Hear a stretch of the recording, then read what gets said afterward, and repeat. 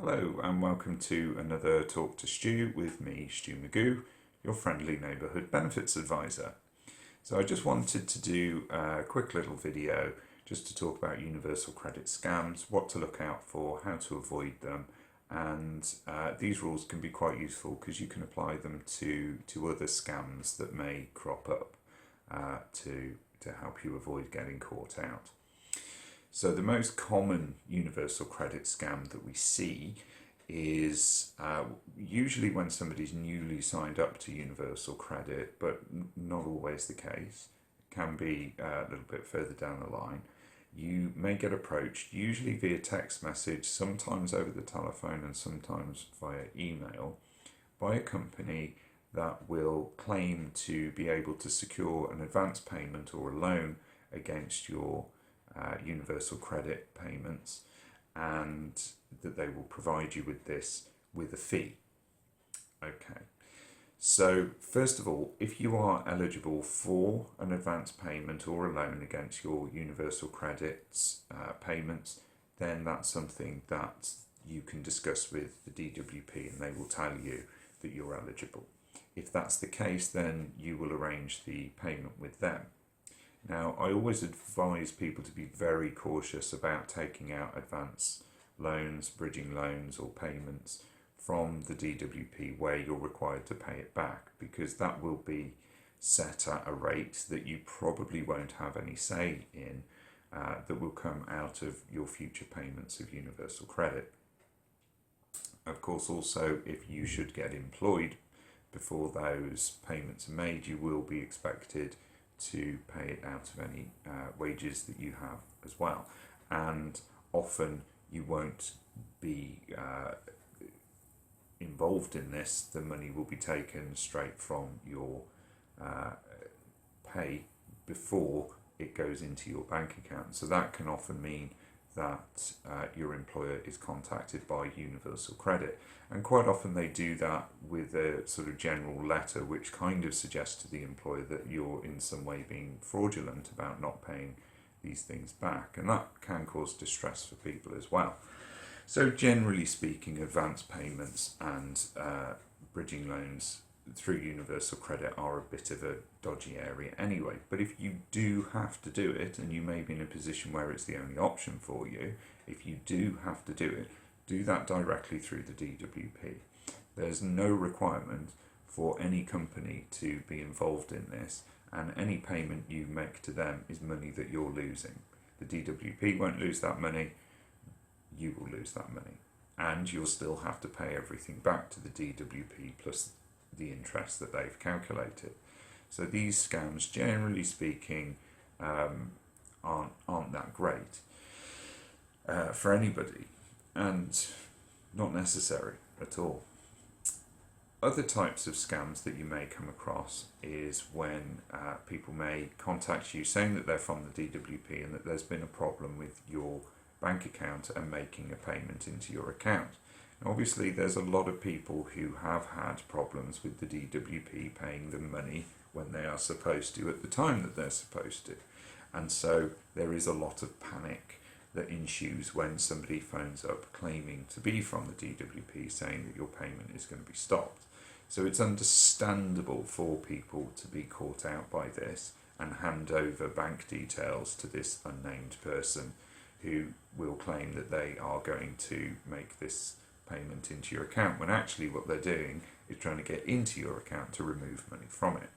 Now, why people would target universal credit claimants who, generally speaking, haven't got a great deal of money in their bank accounts anyway, is anyone's guess, but vulnerable people are much more likely to give over their bank details than a person who is in full-time employment and not stressing about where their next payment is coming from. So do please be aware of that. Never give your bank details to somebody over the phone on an unsolicited phone call. Always make sure that the caller identifies themselves to you properly, first of all, and if you believe that person is genuine but you still have doubts, ask that person to contact you through your Universal Credit account with a message in your Universal Credit account using the online portal. Don't make any decisions or give any information or details over the phone. Generally speaking, your caseworker who will be assigned to you will contact you about any problems like that, and they will do so through your Universal Credit account portal. You will 9 times out of 10 have a message in there. There are occasions when messages don't pop up, but if you say to the person on the phone, well, that's absolutely fine, and I'm quite happy to do that if you can send me an email or a message to my Universal Credit account, and then I'll call you back from that and we'll go from there, sort of thing. That's really the best way to go. Don't in any way, shape or form hand over bank details to somebody on an unsolicited phone call. Generally speaking, if a person has your account details in any way, shape or form, then they will read these to you over the phone and ask you to confirm whether or not they're correct. Now, if you've provided the correct bank details to Universal Credit and there's a problem with the payment, that isn't going to be because of the bank details you've given them if you've already received payments from them using that system. Okay, so if you've had 1 or 2 Universal Credit payments already, then you know that the details that you've given them are correct and they don't need to be changed. If there was a problem, it would be a problem with either the bank or the DWP and the systems that they're using.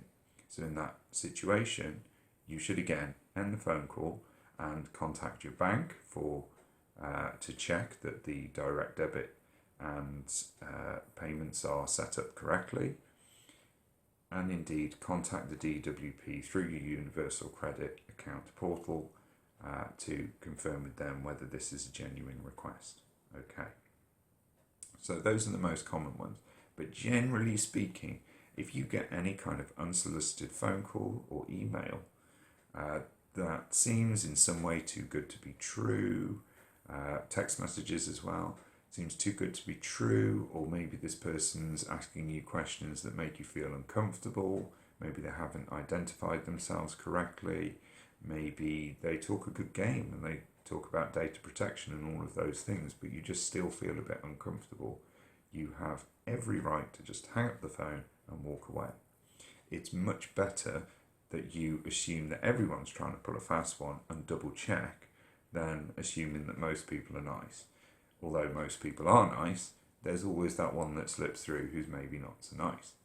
So generally speaking, with all benefits, with all bank accounts, with all telephone, electricity or gas accounts, check, check, check. That is the way to go. If you're unsure, check. If it sounds dodgy, check. If it seems too good to be true, check. Don't hand over any data, any bank account details, or anything like that over the phone. Don't agree to any offers. Don't agree to any sales unless you feel 100% confident. Most companies, most organisations are doing their utmost to try and help people avoid scams, particularly banks, things like the DWP, those kind of government agencies, the tax office, all of that.